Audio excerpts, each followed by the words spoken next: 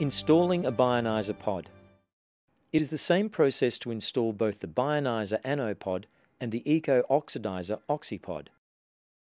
Here is a view of the Bionizer anode pod for the Bionizer chlorine-free swimming pool ionizer. Here we are removing some old pipework and fittings and installing a new anode pod. We have removed and replaced the old pipe and fittings with a clean length of PVC pressure pipe. If your system's pipe size is 50 mm or 2 inches, then remove 18 centimeters or 7 inches. If your system's pipe size is 40 mm or 1.5 inches, you will be using pipe reducers to fit the anode pod. In this case, remove 19 centimeters or 7.5 inches of pipe to fit the pod.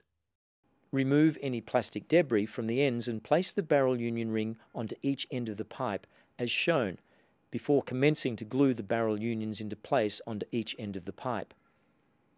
Once the two barrel unions are glued into place, you are ready to fit the pod. Place the pod between the two barrel unions and tighten the ring fitting onto each end of the pod. Be careful not to cross-thread the rings onto the ends of the pod and do not over-tighten the ring onto the pod. Also, make sure not to lose the O-ring seal in the end of each barrel union. Have them both in place before installing the pod. We prefer the anode connectors on the pod are opposite each other, as shown here, when the pod is installed horizontally.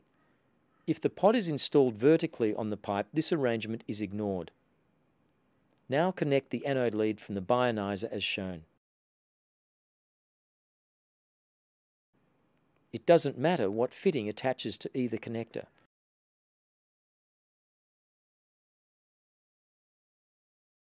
Allow some time for the pressure pipe glue to dry on the barrel unions and pipe.